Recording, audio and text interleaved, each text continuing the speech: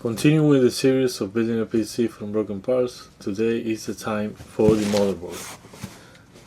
That's it, and I also have the RAM and CPU. What's inside these boxes? Let's find out.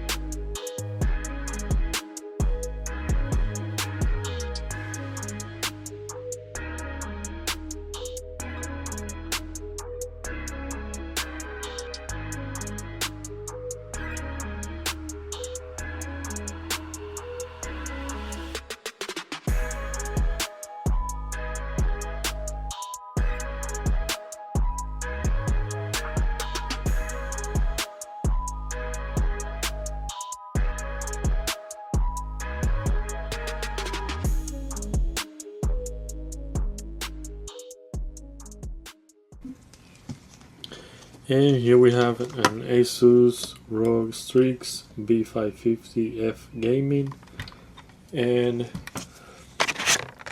8 GB of DDR4. I chose the M4 platform for this build because, as you probably know, DDR5 memories are crazy high, so that was out of my budget for this build. And for the CPU, I have an AMD Ryzen 3 200G, which have graphics included. That way I don't have to necessarily plug a graphics card to test if the motherboard is functional. Now, this motherboard was listed on eBay for parts because I don't know if you're gonna be able to see it, but it has a small scratch on this side. I'm gonna show you under the microscope.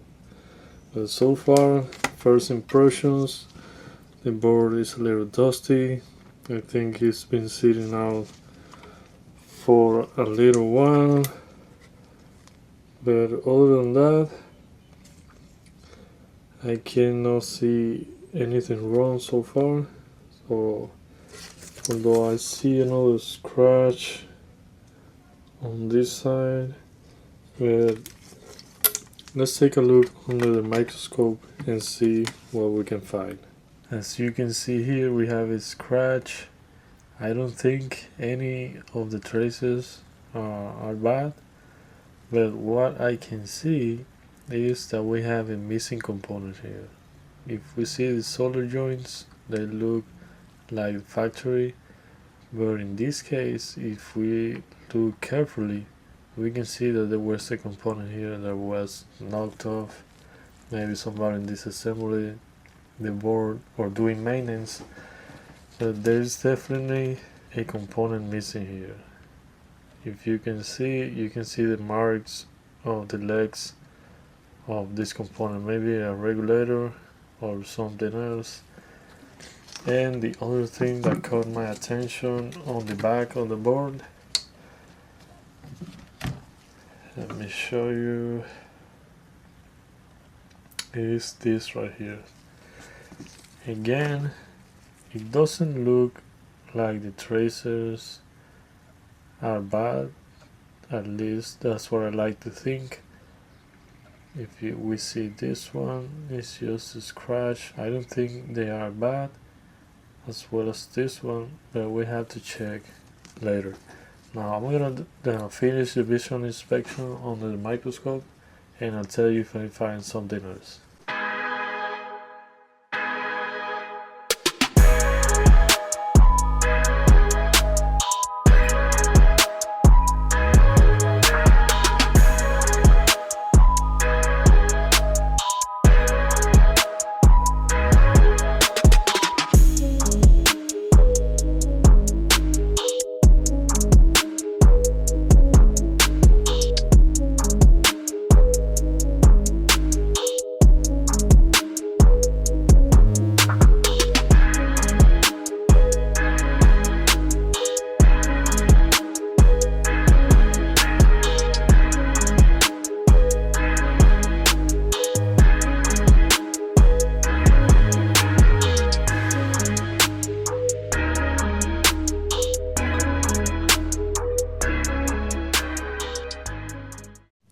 Looking at the board view for this motherboard, I was able to identify the missing component, which in this case is the NCT3521U, which is a power switch, which is responsible for distributing standby power from the power supply to the SIO and other always-on circuits while providing protection features like overcurrent protection, thermal shutdown, soft start, and reverse current blocking.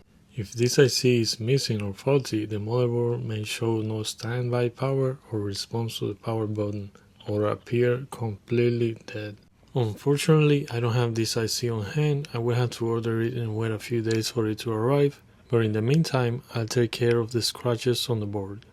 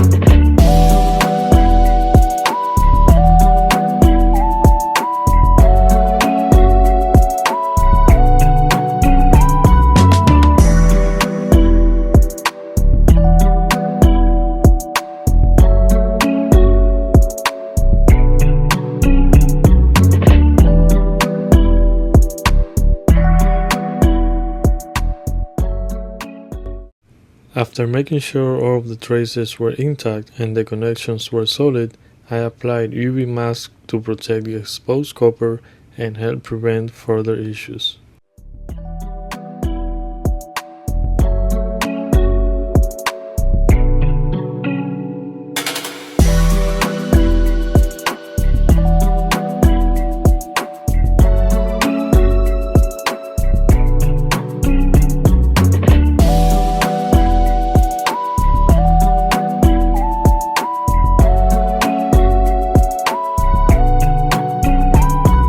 After that, I proceeded to remove the heat sinks to take a closer look underneath, check the conditions of the thermal pads and give the board a proper cleaning, since it was very dusty and covered in hair. I can't tell if it came from a dog or a cat, but there was definitely a lot of it.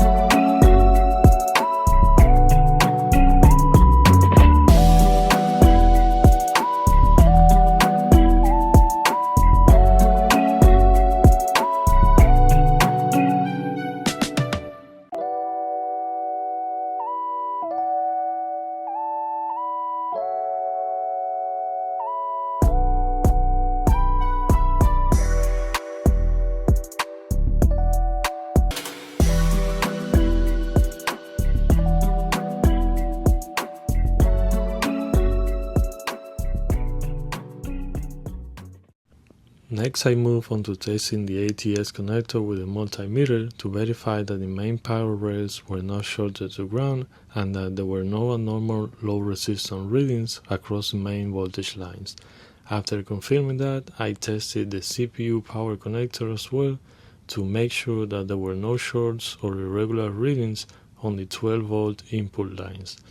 Then I checked the CPU power phases one by one, looking for possible high-side MOSFET shorts and checking for any short-to-ground conditions that could prevent the motherboard from powering on properly or potentially damage other components. After that, I continue checking the remaining power rails across the board, including the VRAM and other secondary voltage phases. The goal here was to confirm that all major supply lines were within expected resistance values and that nothing stood out as out of specs. With all of that being done, I've narrowed things down on the board and cleared the main checks for now. At this point, I'm waiting for the replacement component to arrive so I can continue the repair process. Once the part is installed, I can move forward with further testing and see how the board responds. In the meantime, I'll give the board a final cleaning to remove any remaining dust and debris before reassembly. A few days later, I received the component. Now it's time to solder it onto the board. When doing soldering, it's going to be easier if you add flux, as it helps the solder flow. Using the right temperature and being patient is going to give you good results. Depending on the flux you use, you're going to have to clean it off, as it can be corrosive. There are some ones called no clean that you can leave it on, but this wasn't the case. For cleaning, I'm using IPA at 91%. I wouldn't recommend any lower than that, as it can contain water and cause issues. After finally replacing the chip, it is time to put the CPU and RAM and put power onto this board and see what it does.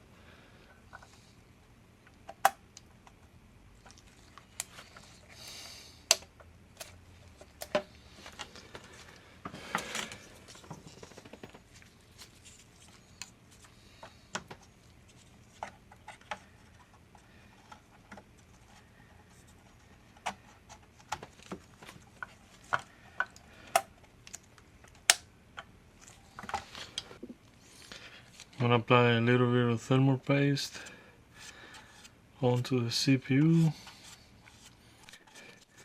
See.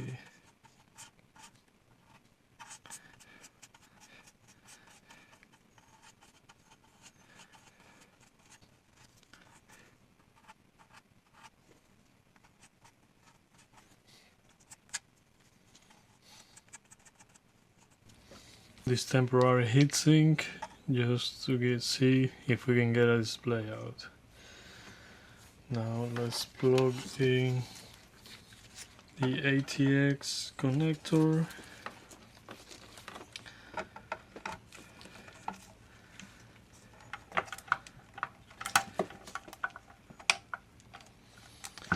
Right, the CPU.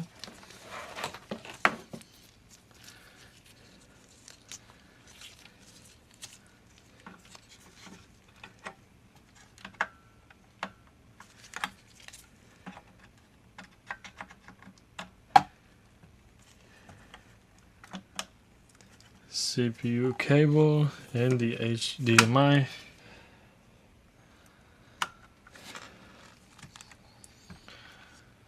Now let's turn on the power supply, see what happens. Right, nothing so far. We'll now press the power button, see if we can get any reaction. Right, see what happens. No LED, no debug LED, nothing. And just to make this series more interesting, guess who's not working? Yes, I have it connected to the power outlet, and when I press the switch, now power at all. See? Nothing is happening.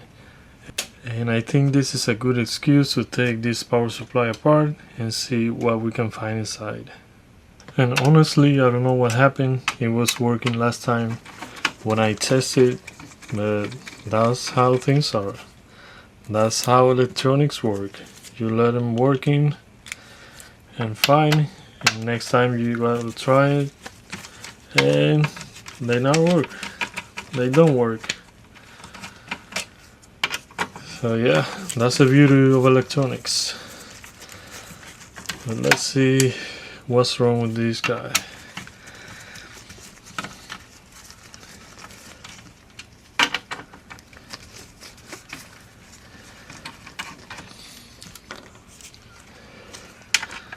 See what else, if we got any more screws.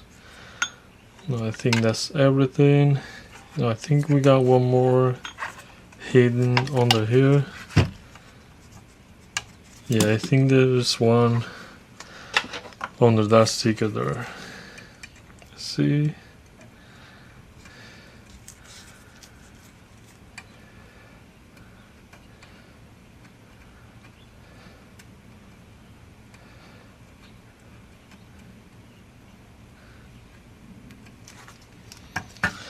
Let me try with the screwdriver. See if I can find it. That's right there. We got one screw hidden. The warranty sticker. I guess we don't have a warranty anymore. Let's see how this comes apart. And let me try prying with the tweezers. I think we have. Oh, let's see. Two more screws hidden. There is one here. And I don't know if that's the last one. Let's see.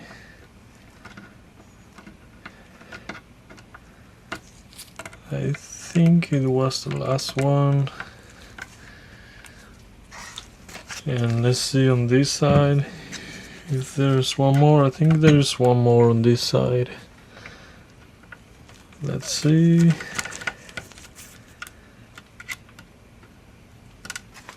Yeah, there's one more on this side.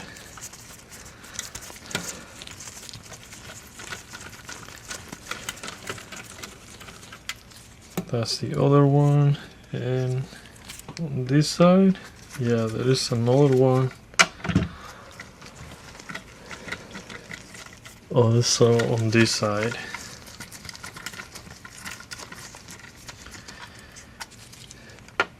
And there should be one more right here. Yeah, here it is. One more under here. And this thing should come apart now. And here we have it. So before you pull one of these apart, please be aware of the dangerous voltages inside power supplies. Do not work on them if you don't have experience, because it can be fatal and you won't like it at all. It's not funny getting 300 volts shocked, getting shocked by 300 volts or anything like that. Trust me, you won't like that. So let's see from here what we can spot. Any burned components. Let's see. Any bulky capacitors. So this guy is the main one holding the dangerous voltages. I'm gonna make sure to discharge it before I put my hands on this. Let's take a look at the back of the board.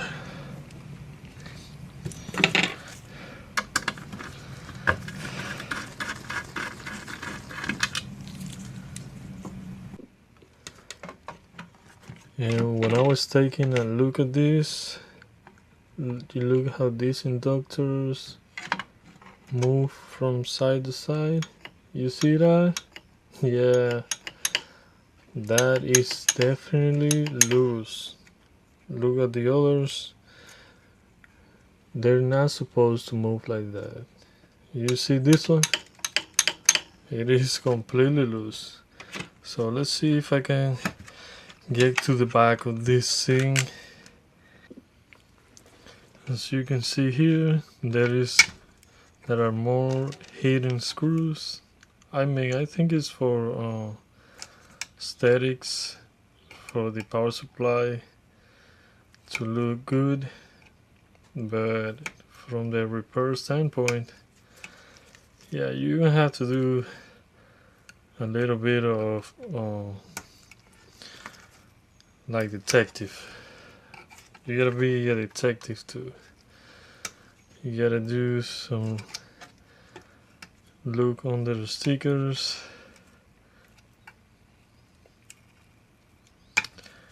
Let's see, hopefully that's the only one.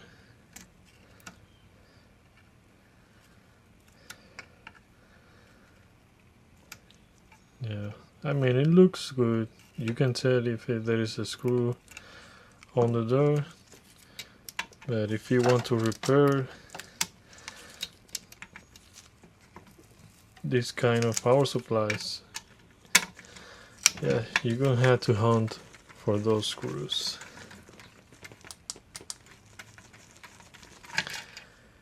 That is this one.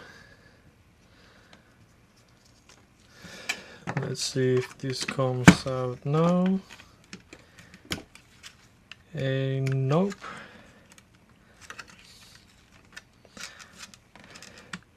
Nope, I think we have one more. Let's try on this corner. And there is another one. Yeah, I should have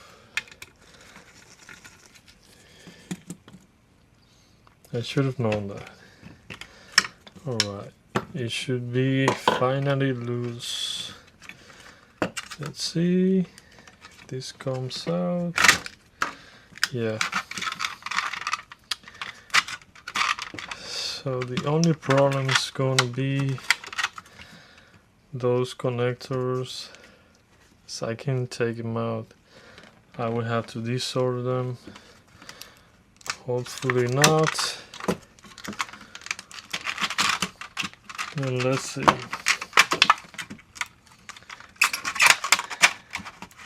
Let's see if I can work on it from this side. I think I will be able to do everything I have from this side without having to desolder those connectors. First of all, we will have to check if there's any voltage left on the capacitors, especially on this big one. Let's see what it is. This one right here should be these two big leads. You can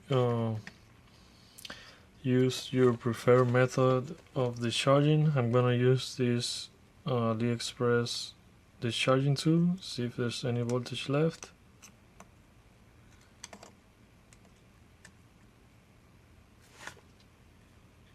And there's no voltage left in this capacitor. Let's see if I can find. There's another one down here.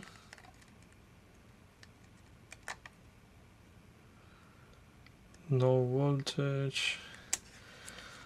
No. There's no voltage there. Just to make sure, I'm gonna test it with the multimeter.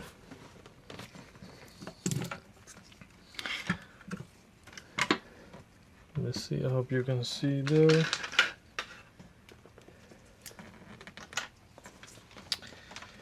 let's see, switch to DC voltage and check on this capacitor. There are 7 volts, so that's safe to work on. Let's see this one, no voltage. What else? Let me put this on the bottom just for safety. I don't want to short anything out.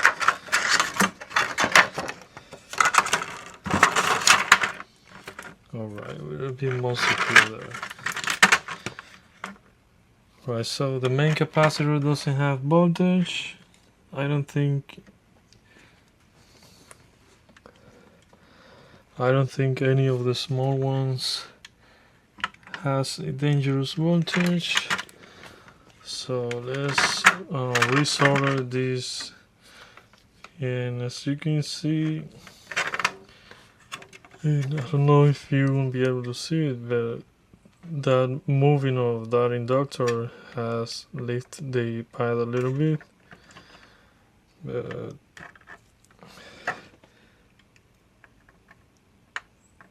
yeah, I think what happened is, let's see, no, it got completely disordered. So maybe at some point the power supply dropped, fell on the floor, and the inductor broke. I think there is still one of the leads of the inductor is still attached.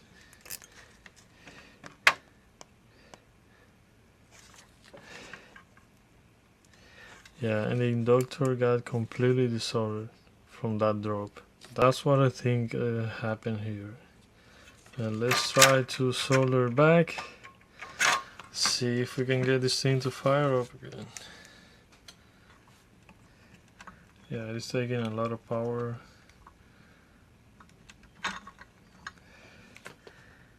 See, let me raise the temperature on my soldering iron that it just came out. Let's see, is there's any damage to the lead? I think the lead is missing one part, because if you can see, this one is bigger than this one on the left. I think we are missing a little bit of the lead, but that should be no problem. See, there we go. Alright, I should be able, let me clean this one.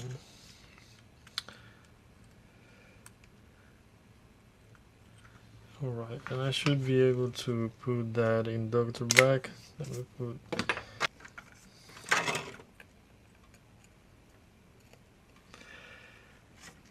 alright, I got it back in its place. Now I'll try to solder it. I'm gonna solder one side and then the other. Let's see.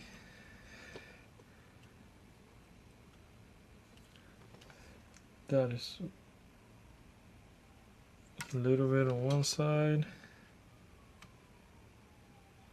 Now that I have it secured in one place, I'm gonna add more solder. Make sure the pad, and put some pressure from the back. See if you can see, this soldering iron is really struggling with this big component right here. I'm gonna give it some time to recover. I got it set to 450 and it went down all the way to 200. So yeah, there's not a lot of power from this guy, but I mean, let's see, it's back to 450. See if we can solder. Now we can, it's way more easier. So you it went down all the way to 300 and something. Let me let it recover a little bit and switch to the other side.